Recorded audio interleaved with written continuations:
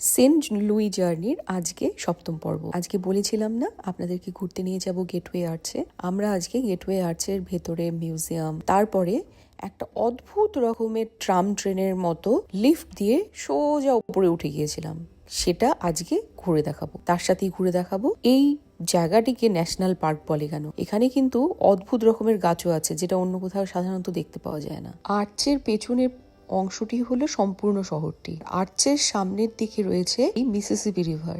এখানে অনেক পুরনো ব্রিজও আছে। তার থেকেও সুন্দর লেগেছে মানুষ আর প্রকৃতির কারুকার্যের এই মেলবন্ধন। এই যে ছোট্ট ঝিলটি দেখতে পাচ্ছেন, এটা কিন্তু মানুষের সৃষ্টি। আর এর সাথে অদ্ভুত রকমের একটি গাছ এখানে দেখতে পাওয়া গেছে, যেটা সাধারণত সচরাচর এখানে পাওয়া যায় না দেখতে। গাছটি হলো ইস্টার্ন রেডউড। আমার মনের এক টুকরো অংশ কিন্তু এখানেই থেকে গেছে। এবার আমাদের সময় হয়ে যায় ভেতরে যাওয়ার। আমরা যে জায়গাটায় গিয়েছি মানে সেন্ট লুইস, সেই জায়গাটি আমি ম্যাপে দেখতে পেলাম মিউজিয়ামে ঢুকে।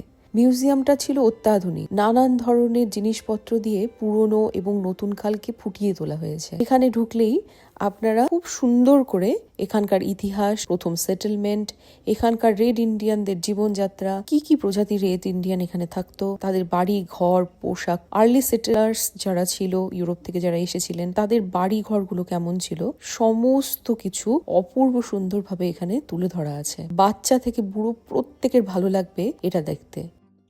আর এই বোটটি যেটি রেড ইন্ডিয়ানরা ব্যবহার করতেন বা এখানকার ভারতীয়রা, সেটা দেখবার মতো মনে হচ্ছিল।